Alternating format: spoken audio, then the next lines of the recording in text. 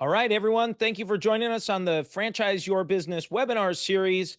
And as people are loading in, if you're new to our session or you haven't been here in a while, just a reminder, we like to bring in industry experts and people to talk about things that are important and relevant to you as a franchisor in a growing franchise system. My name's Tom DuFore. I'm the founder and CEO of Big Sky Franchise Team. And today I am joined by Madhav, who's with Architect. And he and I, we've run into each other quite a bit here at various franchise expos and some common clients that we have together. And really, the purpose of having him join is to talk about this myriad of technology systems and platforms that every business uses. And I know I remember one time someone asked me, well, how many systems do you think you use? And I thought about it. I thought, I don't know, 5 or 7, 8 of these, and then when I actually put it all together, it was dozens of different technology systems and platforms that I just didn't think about. Little one here, little piece there. And before you know it, they've all got bits and pieces of information. They're not talking to each other and you're not gathering all the data. And so I thought, boy, this is right up Madhav's alley to share and talk about that. So I'd love for you to give a quick introduction and talk a little bit here about what this tech stack and why it's important and what goes on there. Absolutely. So first of all, Tom, I just wanted to say thank you for the opportunity to talk a bit and share a bit of our knowledge. So yes, my name is Madhav Surapanini. I'm the Chief Revenue Officer of Architect. We are a franchise management system. So we've been in the space for about 6 years. We probably have about 129 locations across about 11 brands right now, both in the US and Canada, and we're actually moving into Central America this year. So we've been growing and expanding. Now, all of us come from an interesting background. I say all of us as the founders, because we're all technology people. We all work with the big, mid-size and enterprise companies like your Ericssons, your Nortels, your Oracles of the world. And we're all ex-business consultants as well. So a couple of years ago, we were solving this problem that you so aptly shared, where about the plethora of systems, and we're building a solution for the big enterprise clients when we realize that the same problem exists even in the emerging and mid-size world as well. And the question really is, how do you bring a platform that is approachable to the brands and the companies at that level, who not all of them can afford an SAP or an Oracle and pay hundreds of thousands of dollars just in the implementation and then forget about the monthly costs and subscription costs, right? So the fundamental problem that we've been solving with the Architect, the platform name is Maestro. So just like a maestro as a conductor in an orchestra manages multiple musical instruments, so everything is in sync, we manage multiple software systems within a brand, right? So we make sure that they're all connected, because typically what happens is, like you said, you have different systems. They're all fragmented. They don't talk to each other. They don't connect with each other. And then we end up dumping the data into an Excel and using Excel to manipulate and understand what's happening in the business. But that's not the way an effective system should work. An effective system should allow every data set to flow seamlessly across all the applications. And now you have to figure a centralized platform. And that's where the Maestro comes into play, where we can connect the different systems together into a centralized pane of glass. Yeah, that's fantastic, and I like how you gave that overview.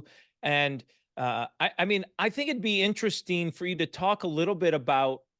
You hinted at this, and so did I, about the pain point of really not having your arms around all of your data. You talked about manipulating spreadsheets and going through that, and uh, I would argue that probably most people aren't even doing that, especially the small to mid-sized franchises. Maybe they've got a CRM system that they're just looking at some very basic fundamentals, total leads coming in, or maybe a conversion rate. And from maybe they're in their accounting system, they're looking at some general profit and loss statements or quarterly revenue, annual revenue. And outside of that, it's about it. But they're all of these are run in silos.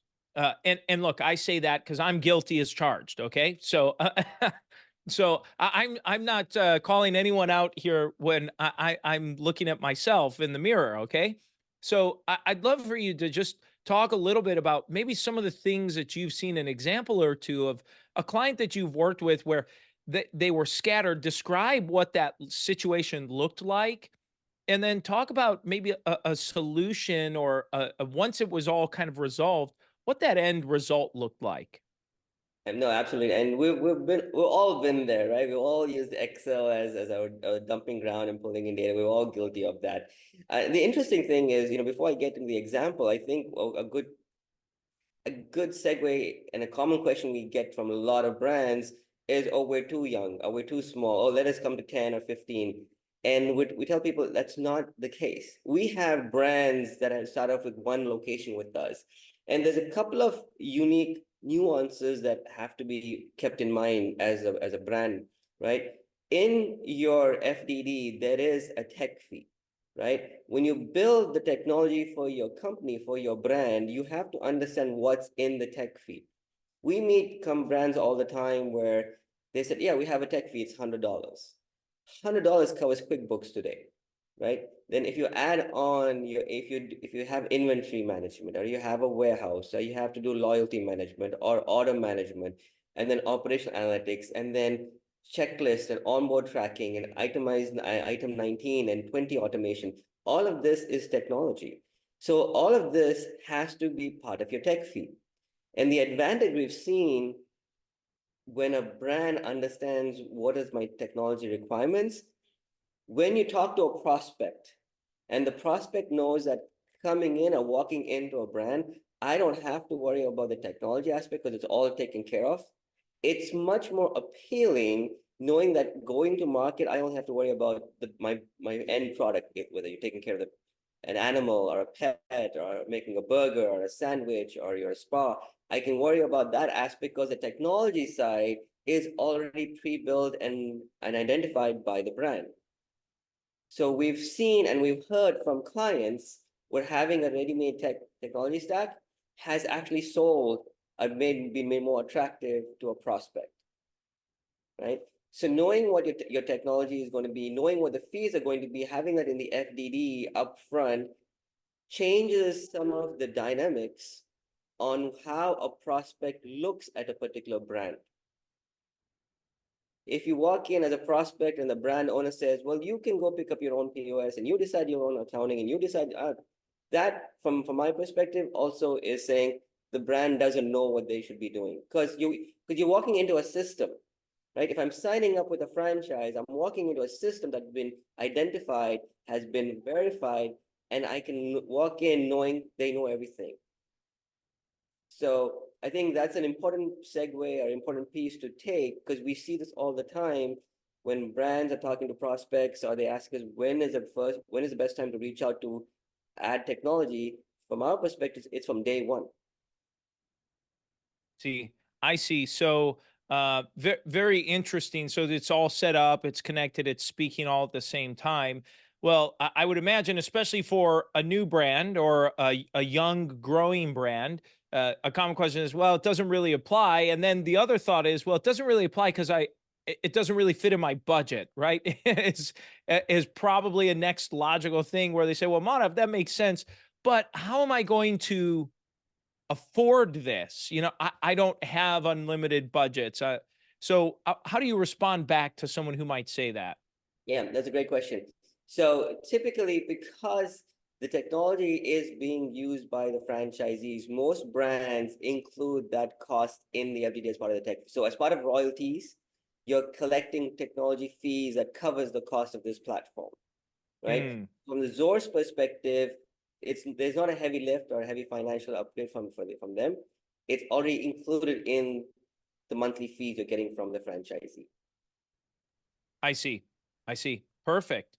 Perfect. And so do you work then with the franchisors and helping them evaluate their technology fee and tech stack that gets included, or how does something like that work? Absolutely. So a big part of our working hand in hand, and we're not just working with the client for the first time. we actually have weekly calls with all our customers, right? Because as they're growing and as they're scaling, then they're adding new functionality. And the beauty of the platform is that it's a modular platform. So you don't have to buy every single piece of the platform. You can add to it as you're growing, right? So as a young brand, as most brands, so we look at a franchise's life cycle in three stages. The business development stage, where you're trying to find prospects and you're managing through a pipeline, right? Here's where you can use a HubSpot or a Clienteller or a Pipedrive where you're managing that. Then as you sign the client, a prospect, and becomes a franchisee, then everything under managing the locations comes into play. The onboarding checklist tracker. How do you do compliancy? How do you itemize 19 and item 20? How do you calculate and manage royalties? So everything you need to manage the location is probably the next phase. And the third part of it is the operation side of it. Now the store is open, now the location is open, now you're now offering services. How do you manage the sales numbers and the KPIs? How are you tracking inventory? How do you connect that into your accounting systems? How do you do troubleshooting? How do you actually, if you want to open ticket to the ZOR from a franchisee's perspective, do you have the ability to do ticket and incident reporting? So all of these functionalities are built into the Maestro platform. So when you start off, we don't need all of those things. Maybe you just start off with the business development side and say, I want to bring a CRM to manage the pipeline. Or I have, now we're opening locations. I want a checklist. I want to track the progress of all my prospects through this journey from the time they sign the agreement to the time they open the location. I want to know where they are and tracking. Have they done this? Have they signed the lease? Have they got the EIN number? Have they got the architectural drawings? Have they signed up for the POS? Where are they in their journey? So depending on how we're growing as a brand, we can add functionality. So it's not then Mm, thing at once. We can add piece to piece, so it's not overwhelming as well. I see. Very, very interesting. Well, I know we're going to look at maybe an example or two, or maybe a case study, or it doesn't even have to be a case study, maybe just common scenarios you run into, just to share some ideas. So someone who's listening in might say, well, I get it, Madhav, but you don't get my scenario, my situation. I've got two CRMs, and one's an old one that we still kind of use, and we've got this other one, and we use QuickBooks, but we invoice through this. We send emails, and then we get a payment, and some people mail checks, and some people, and then we take them through our project management system, right? And it goes on and on and on. So I'd love for you to maybe help put someone at a comfort level who might say, I've got a lot going on here. I don't even know where to start. Yeah, absolutely. So when you work with brands that have multiple systems, we actually sit down with them and understand what do they have in their current tech stack, and understand, okay, why do you have two CRMs, or why do I have three POS systems, or why do I have these different variances? And then identify not only what they need today, but where they would need 5, 10 years from now, right? Because the beauty of a management platform is you may use Square today as your POS, but 6 months or a year from now, you want to move to Clover or something else. An orchestration platform allows you to change those peripheral software systems while keeping the bulk of the data internally within the Maestro platform. So we Mm, work and understand where the client is with their tech stack, and we together we roll out a future forward-looking technology stack of where the brand needs to go. And then we work with them to do like a digital transformation if they need to, or we work with clients and we move the data from old systems to new systems, depending on what you're doing, because you still have old legacy software that don't have APIs. They still have, you have to really download it in an Excel sheet, right? That prevents brands from growing and scaling as quickly as they want, because it restricts that flow of information. So then we have to identify, okay, yes, we're using XYZ POS, but guess what? We need to move to more modernized POS. For you to grow 200 locations, 200, everybody wants to be 100, 150, 200 locations, right? So how do you get yes. there quicker, right? So that's how we talk with the brands, understand where they are, give some recommendations, and work with them to get to that point in time. I see. I see. Okay, very good. Very good. Well, in terms of an evaluation, or maybe even a self-assessment that a company can start, What advice might you give to someone that listens in or checks us out to get a starting point? Because if they're like a lot of small to mid-size businesses or franchisors, they're in the thick of operating the business and they just know that the systems are working right now to get them what they need. What might a first step be for internal or almost maybe auditing or looking at what they've got in place? That's a great question because we get that question all the time. So I would say just call us. We do free evaluations because we will come in and sit down with the client and with the brand and just help them understand where they are and even give our suggestions, right? Because Yep. the knowledge we're sharing, see, that's what we do, right? We are always evaluating software systems. So the knowledge we have, we're happy to share that knowledge, right? So we tell people all the time, get on a call with us. Let's walk. Again, this is it's there's no commitment here, right? We're happy to do it. It's part of our service. So we're happy to understand where you are in your journey, and how we can help. And if not, we will recommend even other systems that you can go to without any commitment fear. And then Manav, if I could imagine, I'd wonder, well, do you have a preference on certain systems or recommendations? What if I'm using, a typical, many small businesses are using a QuickBooks and they're using a well-known CRM system, like you mentioned, a HubSpot, a Zoho, in franchising, a Client Tether, some of these well-known popular systems. Do you come in and try to change all of this stuff up on somebody? No, no, we don't. The whole value add of an orchestration platform is the ability to come in and connect the existing systems. So with some of these, we're already Intuit partners like Intuit and QuickBooks, we're partners with them, we're partners with Client Tether.